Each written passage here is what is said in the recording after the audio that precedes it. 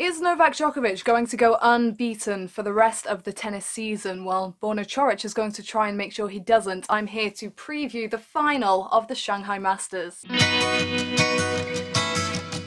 Hey guys, welcome back to the tennis vlog. Don't forget to subscribe to the channel if you don't want to miss a video and you haven't done so already. I really am quite disappointed in myself because I do value every part of the tennis season for its own individual purpose. And so while everyone tuned out for a bit after the US Open, I should have been keeping on top of the Asian swing and should have been uploading on this channel or doing something. And all I've done a video on really is the Laver Cup, which isn't even an official tournament or part of the Asian swing, so I'm doing really well at the moment. I've got a Q&A video coming up, hopefully a roundup on some of the tennis that's been played during the Asian swing, but for now I'm going to do a brief preview of the final of the Shanghai Masters, Novak Djokovic against Borna Coric, the penultimate ATP Masters 1000 event of the year. Novak Djokovic is the second seed in Shanghai and Borna Coric seeded down at number 13. Now, in terms of previous experience at this caliber of event, these two couldn't really be more different. Novak Djokovic has won 31 Masters 1000 titles. Borna Coric, meanwhile, has never reached a Masters 1000 final, and he has won 2 ATP titles during his career. A bit more on both players in a short while. First of all, we're going to look at their paths to the final, starting with Djokovic, and as you would expect, at a Masters 1000 tournament, he has faced some stiff opposition, even if he hasn't faced a member of the Big Four. Jeremy Chardy beaten in straight sets in round 1, followed by Marco Cecchinato, 6-4, 6-love. Cecchinato notably took Djokovic out of the French Open earlier this year, then downed Kevin Anderson, who he also beat in the Wimbledon final, this time 7-6, 6-3, and then a whopping triumph over Alexander Zverev, 6-2, 6-1 over a player who had been ranked world number 3 for most of the year. Is very impressive for Djokovic. The way he was so patient and controlled throughout that match was just a real picture of how he is at the moment. Djokovic came back into his own after Wimbledon when he won the title there. Obviously, he'd been struggling for a couple of seasons, but now he just has that confidence on the court. He's very consistent in the longer rallies. He wears his opponents down as he used to, comes up to the net and makes great placements. Zverev came out with purpose. He's a player who's taken down Djokovic before, who's beaten the biggest names in the game. But against Djokovic, he came out with purpose. Up until 2-all, he was really going toe-to-toe with him. He was ambitious. Even when Djokovic approached the net, he didn't let that put him off. But Djokovic was just very much focused on his own game. As Zverev began to falter and throw in more unforced errors, Djokovic was very stable. And I think the biggest thing in that match is that Djokovic just always managed to outlast Zverev. For a player so tall, he moved incredibly well. He stayed with Djokovic. He was trying to move him about in the rallies, but it wasn't accomplishing anything because Djokovic was just so consistent. So that's a really good win for Djokovic, coming in for a match with Coric, which I think will definitely be a lot closer. Coric himself has come through a mightily impressive draw to get this far, and maybe he will be feeling the effects of mental and physical fatigue. He was actually close to being down and out in round 1 against Stan Wawrinka, who has shown hints that he might be coming back to form after struggling with injury, but then keeps getting rotten draws and keeps getting pushed back. Could have closed that one out against Coric in straight sets, but Coric was just such a fighter and unleashed some of his most aggressive and devastating tennis when it mattered to come through that one. And it seems that might have instilled some belief in him because he hasn't dropped a set since. Dismissed in-form American Bradley Clarn and then came past Juan Martín del Potro. That had been a close first set, but then del Potro unfortunately was forced to retire. Matthew Ebden, the Australian, has been one of the surprises of this season, coming out with some great results, but Coric had no problems there. And then the big one, Roger Federer, the top seed, toppled against Coric. Federer had looked inconsistent all tournament. At the US Open, he looked a bit wobbly, went out in the 4th round there to John Millman, and to me personally, it just seemed a matter of time for him in Shanghai. He was just struggling to find the right balance. He was in trouble in his first couple of matches and just managed to find his best tennis at the right moments. Coric was a much more consistent opponent. They'd split their 2 previous meetings, so he had that confidence of having beaten Federer before. 6-4, 6-4 there for Coric, and whether Federer was in his best form or not, which he wasn't, clearly, it's going to be a massive confidence boost for him heading in to face Djokovic. It's amazing in tennis how quickly things can change. One good tournament for Djokovic, and he's looking back to close to his very best.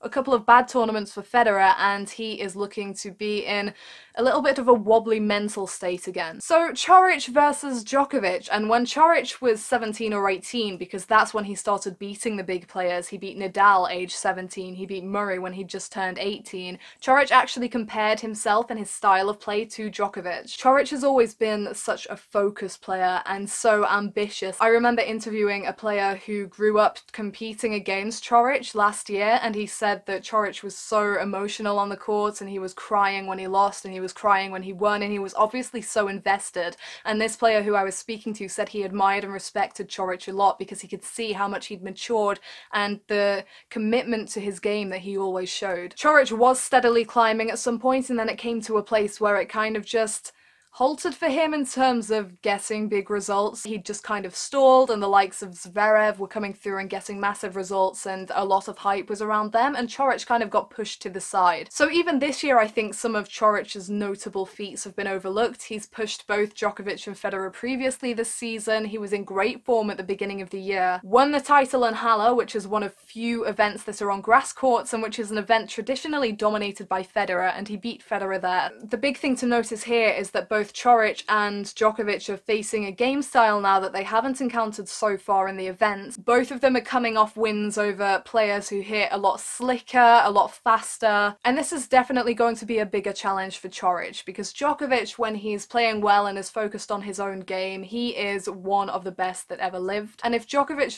plays the best possible version of his game on Sunday, it's highly likely that he's going to win. For a long time, Coric was essentially a not as good version of Djokovic with a few differences to his game, including the fact that, to me, from my perspective, he didn't have any really potent weapons. What I think has changed now for Coric is he's improving his serve, his forehand is a lot better and it dictates a lot more, and he can finish with that shot. And no, he's not one of the very best players in the world at the present moment, but I think that he's taking all the right steps to be on his way there. And we know all about Djokovic and what he can do, so flexible, so incredibly difficult to face from any position on the court. He likes to wear his opponents down. Wear them down, run them ragged with his placement, and throw them off balance with his placement as well. He just has great control of the court when he's feeling it. Given all his years of experience, I think Djokovic will probably find it easier to adjust to facing a very different game style than Coric will, especially since the three big players that Coric has beaten to date have all essentially been power players. Djokovic has also never lost a set to Coric in their two previous meetings, one of which came earlier this year, but that one was especially close. Both their previous meetings have come on the slower surface of clay. Djokovic won the first 6-2, 6-4, that was 2 years ago in Madrid, and then at the Monte Carlo Masters this year it was a lot closer, and Coric really had Djokovic on the ropes during that 7-6, 7-5 win for the Serb. At that point in time, Coric was playing the game he likes to play and was playing the game that Djokovic likes to play. He was dictating Djokovic and he was wearing him out, and it was working. But even then, when he wasn't at his best, Djokovic found a way to win. Coric has been a player in the past who has crumbled from having the advantage in key moments. Against Federer earlier this year, when they were playing against each other on hard courts, he struggled when he had the advantage and allowed Federer to come through. So I wonder how Coric's mentality will cope in the completely new scenario of a Masters 1000 final, as well as coming off the exhilarating feelings of having beaten Federer in the semi-finals. That can be a difficult thing to quickly move on from. Coric is a talented player and he is, I believe, headed for great things, so I'm just throwing these out there as possibilities. I'm not sure that that actually will be a big problem for him. I think the biggest thing here is that Djokovic does play a very similar game to Coric, and Djokovic is feeling in a great place right now. And the fact that Coric had opportunities against Djokovic when the Serb wasn't playing as well and didn't manage to take them doesn't stand in great stead for him here. I do think he will have his chances against Djokovic. He has proven that big names don't intimidate him. If Coric is going to give himself a chance, I think it's key for him to make a lot of first serves and really try and dictate from the offset with the serves. Djokovic is one of the best, if not the best, returners in the game, and Coric can't afford to have a bad serving day if Djokovic is in the form that he has been so far this week. And I also think he needs to try and dictate with the forehand, try and get on the front foot earlier in the rallies, and maybe try and finish them off a lot earlier than he normally would. If he's not careful and not feeling his game well, he could make the mistake of making too many unforced errors, but I think he just needs to go for it a bit more and not let Djokovic drag him around, because